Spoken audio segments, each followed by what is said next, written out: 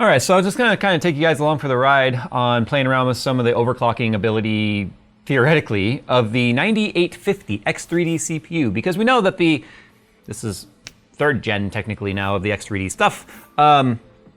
It's overclockable because of the flip design to where it now no longer is the core under the cache, where the core was becoming very temperature sensitive. Now the cache is under the core, which means the core gets better cooling, which means they bumped up the clocks, which also means they've opened up the overclockability to it. They did that with the 9800 X3D and 9950 X3D, and now the 9850. But it's an all sunshine and unicorn farts. It's not good, in my opinion.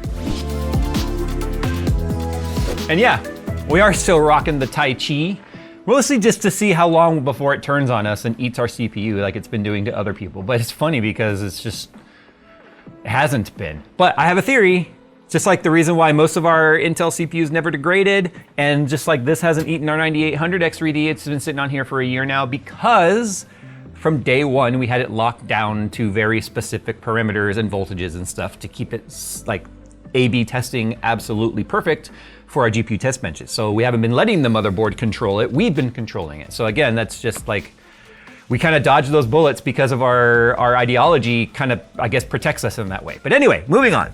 We are running the latest Agesa. Technically it's the TS, if you see this TS number in like a BIOS, typically that's like a beta or a press release or whatever. So I haven't actually gone and downloaded since the launch, which is only a day ago, the latest consumer-facing one, but it's essentially the same BIOS. But for today's purposes, it's not going to affect anything. I'm going to be completely redoing this test bench actually and restarting all of our GPU benchmarks again, because too many things have changed over the last year, obviously with the Windows security updates and various game engine updates and stuff. Like Avatar has changed quite a bit in its game engine. So that's the downside when it comes to doing these overclocks, or not these overclocks, but these benchmarks and trying to have long-standing charts that are relevant. A lot can change in a year. So that's why in the future here, little teaser, we're gonna be hiring a tech researcher that's entire job is gonna be somebody that's capable of doing these overclocking and coming up with the testing methodologies and doing our A/B testings and whatnot. So don't hit me up about that now. We'll be looking for a unicorn for that position. I'm just saying, there's not very many unicorns out there. That's why they're unicorns. I don't know where we're gonna find this person, but it's not happening today. All right, anyway, as you can see, 9850 X3D. Interestingly enough, it's a 5.6 gigahertz CPU, but it's funny how in the BIOS it shows 5.65 as the max speed. Never actually get it, but it gets close. We've seen 5.6 in games and such. We are running the G.Skill Trident, I think it's Neo, I can't remember, 6000 megahertz CL32. I'm starting to wonder if this needs to be sped up, to be honest, because I think as the X3D CPUs get faster, I think RAM might start to become somewhat of an impact. So I'm gonna, what a time to realize I don't have any 7000 or 8000 megahertz or mega transfer DIMMs that'll work, other than the ones that are in my rig at home, which I guess if I really, really need it, I can strip it out of my rig at home, put it here, and then just put something standard at home, because to be honest, I don't need 8000 mega transfer DIMMs at home, but they're nice to have, right? I would have probably bought another kit of that if I knew that that was, well then again, if I could read the future, I wouldn't be doing this. I would have won the lottery and flipped off the camera and pieced out a long time ago. Put all of your money into Apple and Nvidia and then retired. I wouldn't be doing this shit, I can tell you that. Also too, I'm not using Ryzen Master for this, because last time I did this using Ryzen Master, y'all freaking castrated me. So now I'm using the BIOS, okay? If you want to use Ryzen Master, then use Ryzen Master. Don't complain to me about whether or not you want to use it or not. Jesus fucking, use your favorite overclocking utility you want to use. I've decided.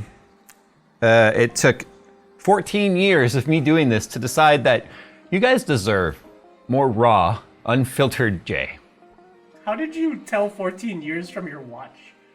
Because I had to remind myself what year it was. I was like, what time is it? 14 years. Like, wait. No, I literally looked at the year. I was like, it is 26, right? I had brown hair when I started this shit. Okay? Back to overclocking. So obviously your BIOS will probably look different depending on what you have. This is the Tai Chi, which is pretty basic. So for instance, when it comes to overclocking capabilities here, damn, I went to the bottom there. So gaming mode, off, disabled. That's really for like multi-CCD CPUs and such. Remember, all that does is really turn off one whole CCD, which is stupid. That's one of the stupid designs when it comes to, see there it is right there. It disables the other CCD. Or SMT. So I think what it might do with the 9800 and 9850 X3D is disables SMT or simultaneous multi-threading, aka hyper-threading, which again, I think is really dumb. I paid for all the threads. I want all 16 threads. Zen 5 gaming optimizations. Haven't messed with this yet, but this is the AMD Gates default and enabled. So there's Tai Chi's ASRock's logic and then AMD's logic. Obviously we leave it with AMD for reasons we've already sort of alluded to in the beginning of this video. Sometimes the boards like to take things a little bit too far. They don't know what the safe word is and they don't use it. Tai Chi's safe word is harder. Performance preset though. This is where you have a lot of the baked in auto stuff. So you'll hear about PBO a lot, or Precision Boost Overdrive, which basically just lifts the limits of the CPU. It doesn't actively really go in there and push the frequency. It's not like if we were to change the multiplier on like Intel or technically AMD, it just lifts the limit. So the PPT and all those wattages and amps will just go to like 1,000, something crazy, right? PBO and TJ Max. So that allows you to lift those limits, but don't go hotter than 85C. Pretty self-explanatory.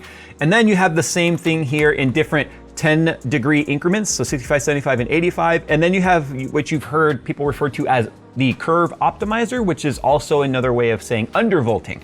Undervolting on AMD is something that has been very popular because as the AMD frequencies rose and got higher and higher, in order to keep them more stable under lower load conditions when the clocks are higher, they push a lot of voltage. And unnecessary voltage leads to unnecessary heat. And that also accounts for all of the different silicon quality out there, meaning the worst bin CPUs can still run at their advertised speeds because they're sort of brute forcing it through that method. Now, if you've got a really good CPU, you can get away with a higher offset or negative offset in this instance, meaning you can hit the same clocks with less voltage applied, which means less temperature, which means more frequency over time and less heat. So there's three built-in or baked-in versions of that: -20, -30, and -40 millivolts. That's specifically to the uncore voltage. So if we say the CPU was typically pulling in like 1.25 volts, a -40 would make it run 1.21 volts, right? And that could actually be a pretty big difference in temperature, but it can also mean pretty unstable scenario if your CPU is on the edge of already being able to run at its advertised speeds. So the first thing I'm gonna do right now to try this is just PBO enabled. Now here's the thing I hate about a lot of AMD motherboard manufacturers is they put it in two places. So right now you're like, okay, cool, PBO enabled. But if you go to the right in advanced and then go to AMD overclocking and then accept the risks, if you will, then you find manual CPU overclocking where you can put in the actual frequency. I could be like, I want to go to 5699. I don't know, maybe 5700 is not stable. I don't know, whatever. You can do that and you'd be like, okay, I want to run 5650 and I want to run that at CPU voltage. Oh, this is basically an offset, right? Yeah. So not going to do that. This is not the way I like to do it. There's Precision Boost Overdrive right here. Now you can turn on Precision Boost Overdrive in that main menu, but then if you come here and then go from auto to disable, which is funny because I can enable it in the main menu and then disable it here if I wanted, which is kind of dumb. Just say enabled or advanced, which gives me full control over it. Now PBO limits being auto. You can say you want basically it's let the CPU decide, let the motherboard decide, or let me decide, or disabling it.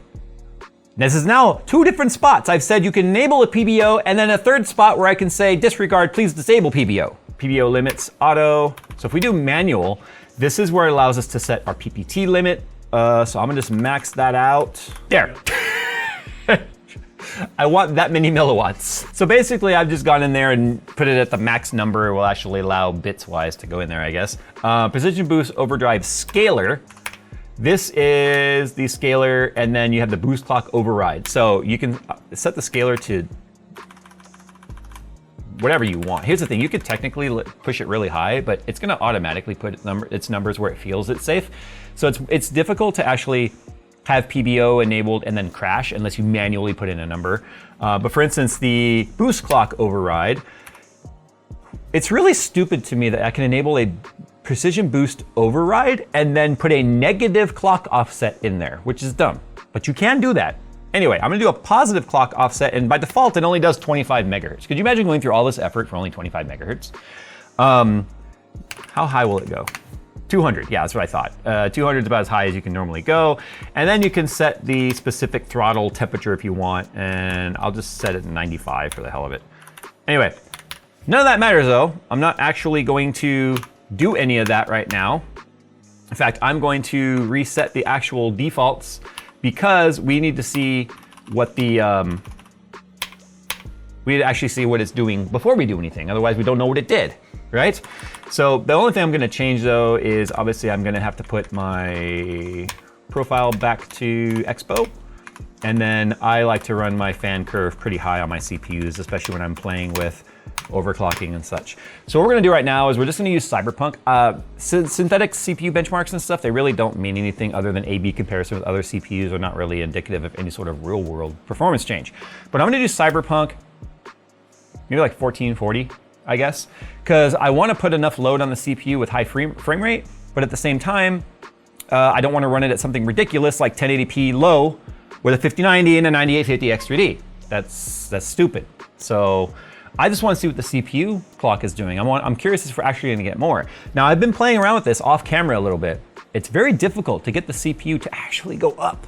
And I think a lot of that has to do with what I said in the initial review, is that I feel like they've already squeezed that orange and gotten all the juice out of it, if you will. So unless you're going to go in there and start doing manual clocking, which is kind of not the way people like to do AMD overclocking because there's so many nuances with like the curve optimizer and the negative millivolts and all that sort of stuff. It can be quite infuriating to try and find a nice stable clock for that. All right, so the game's loading right now. You can see it's already going to just under 5.6. Remember, 5.6 is the actual advertised core clock, but we're getting in the mid 5.5s and then up to like 5.95. But some of them have at one point at least gone 25 megahertz over that 5625. Now remember, it showed in the BIOS 5650 is actually the max clock, but we never actually got that. But we could be hitting a power limit. There could be hitting an amp limit. There's many, like 4 different factors that could be limiting where the clock actually goes. Just to kind of show you guys here, I'm gonna go ahead and continue a game. If we look at the power limit and the frequencies and all that, it's interesting. I saw reviews saying that the 9850 wrecked efficiency. I don't understand that, because for us, it ran exactly the same power as our 9800 X3D and exactly the same temperatures as our 9800 X3D. So I'm wondering if some boards, depending on what their logic was, might have maybe taken some liberties at pushing things with the CPU. Kind of like when the 8000 series or the 8th gen Intels launched and we didn't realize motherboard manufacturers were turning on like enhancement mode automatically. So that's why we saw such crazy variance in those reviews way back in the day. And I'm wondering if we're seeing some of that now, because I'm only running 94 watts right now, 95 in game. And you can see the frequencies are kind of bouncing all around. Like look at the multiplier, right? 548, 379, 511, 44.7, 54. Because obviously the load is changing on the game. But it doesn't even matter if you were to go into say, you know, high power or high performance. You'll notice nothing actually changes with the clocks and stuff. They pretty much stay the same. And they do all the same behavior. Power didn't go up at all, right? You see the missed current right now is 7.5 amps. Affinity Fabric's at 2000. Frequencies are all exactly kind of like where they were a moment ago. So it doesn't matter if you're in the balanced or high performance with this particular CPU, but I leave it in balanced anyway, because that's just better for efficiency's sake and allowing the core to clock down and stuff now. But just sitting here static, right? CPU is at 65C. Now the fan is running 100% right now, I point that out, but the IOD is at 47, and our clocks are higher than our 9800 X3D was ever able to get. So already this CPU out of the box is going higher than our 9800, but it's not going 400 megahertz higher, because I would be expecting to see 5.6 if that were the case. So this is just to kind of show its behavior, right? 545. It's funny how some of the clocks will just, or some of the cores will just suddenly dip down into the 2s for a second there. I'm not sure what that's about. So there was one right there, went down to 2.7. So all I'm gonna do right now is I'm gonna go and I'm gonna enable PBO. And instead of having it be 25 megahertz offset, positive offset, I'm gonna make it go 200. Now, that doesn't mean it's gonna go 200. It just means it's allowed to try to go up to 200. Max CPU overclock plus 200, because it won't let me go even 225, right? That's all you get with PBO. And if you want to do the curve optimizer and you turn this on and do all core, you can do it here. That's where you can start playing with like, okay, I've turned on PBO, I've got a stable frequency that I want to start reducing my voltage now. You would do negative and then you would start at like a 5, right? If that seems stable, then you can go to like a 10 and go all the way to like a 40 or a 50. Again, this is minus millivolts, by the way. And then you can start playing around with that. But I'm gonna first start with full voltage because we want to find our stable there. You could go in here and also adjust that voltage curve based on frequency and temperature. So we're not gonna play with that curve today, but that's all we're doing right there. Now, technically it doesn't show the max speed has changed because we have to restart. I wanna see if that number changes right now on this restart. I wanna see if it says 5850. Let me tell you why, because when I was playing around with this offline before starting this video, it was not clocking up no matter what I did. It just wasn't clocking up. It was maintaining a little bit higher average clock within the 5.6 gigahertz out of the box rating, but it was never going above it. So you can see this, some of the cores are bumping up now to 5.655, 5.60, right? So we're getting a little tiny bit more out of it as background tasks were loading and stuff. Single core, let's see what single core does real quick in Cinebench. All core in Cinebench, because it's a AVX instruction, is definitely never gonna hit the 5.6. So if I do multi-core here right now, 5.25, 5.275, right? Nowhere near it. We're at 78 degrees. Like I said, 95 was never gonna hit. 150 watts though. Again, even in Cinebench, 150 to 155 watts is what I was seeing on the 9800. So I still don't understand the reviewers that were saying, oh, the efficiency was terrible. It's like, it ran identical to our 9800. So what's happening? What is, I don't know. But I want to see what the single core does here. What will it actually boost to? 5.6, yeah, 6.2, 6.4, 6.0. So you can see how it's kind of already like, it's not allowed. Even with the raised PPT, the raised EDC and all that, we're not seeing an improvement in frequency at all. Which is a little disappointing. It's like a placebo button on this CPU. Here's the crazy part. Enabling PBO on my 9950 X3D doesn't have these clock speeds, especially not on the X3D CCD. Does give a significant bump to performance, but I think a lot of that might be getting carried by the frequency die. Not like, because that one will react to PBO, but the X3D stuff, still not nearly as much. All right, here we go. Getting into game now. And the frequencies are the same. Although I'm seeing a little bit closer to 5.5, a little bit higher. Power's the same. Temperature is the same. Yeah, it's pretty much the same. Like nothing's really changed, and this is why I wouldn't have expected any sort of like FPS increase. Now some people might be saying, but Jay, the curve optimizer, the power and the temperature right now are not enough. Like temperature is not a reason for this to really be limiting us. I mean, if we were up into the 70s or potentially even the 80s, maybe, but it's not. The temperature curve on this is pretty aggressive to where it is designed to go full speed up until its TJ max. We're nowhere near the TJ max. We're like 30 degrees below the TJ max. 95C is TJ max. We're 63.9. That's not, so curve optimizer is not gonna fix this problem right here. It's a little disappointing. I was like, oh man, that'd be awesome if we can get this to run like 6.0 or something like that. Now I know people have done it. You can brute force it, and there is absolutely unicorns that exist out there. There's Silicon Lottery winners. Now they're not doing it with PBO. They're doing it with manual overclocking. So what I'm gonna do real quick right now is I'm gonna go ahead and leave PBO enabled, right? So that I can do the raised power limits, but I'm gonna put in a manual frequency of 5.7. which is technically only 50 megahertz higher than what the CPU's reporting its max is. But it's like manual overclocking like that on AMD is not simple. Like Intel, that's one area it's always been better is overclocking. And especially when it was just dealing with monolithically, of course, that would be the easiest. But when you're dealing with E-core, P-core, that at least those were divided into completely different sections of overclocking, and you could overclock one and not the other. It was actually very simple. And that's why I'm just so disappointed that Intel has really fallen off like it has, because when it came to back in the heyday and overclocking on Intel, it was easy. Like if you got a golden sample, you would just hit some buttons and off and running, you were done. It was fast, you would see uplift in performance, and it was easy. And those were the old days that don't exist anymore. Okay, so I'm gonna go over here to AMD overclocking again, precision boost overdrive, those limits are all still there. The scaler, leave it auto. I'm just gonna leave that as, won't even let me go 0, that's fine. We'll just do disabled, sure. Leave that at 95C, eco mode.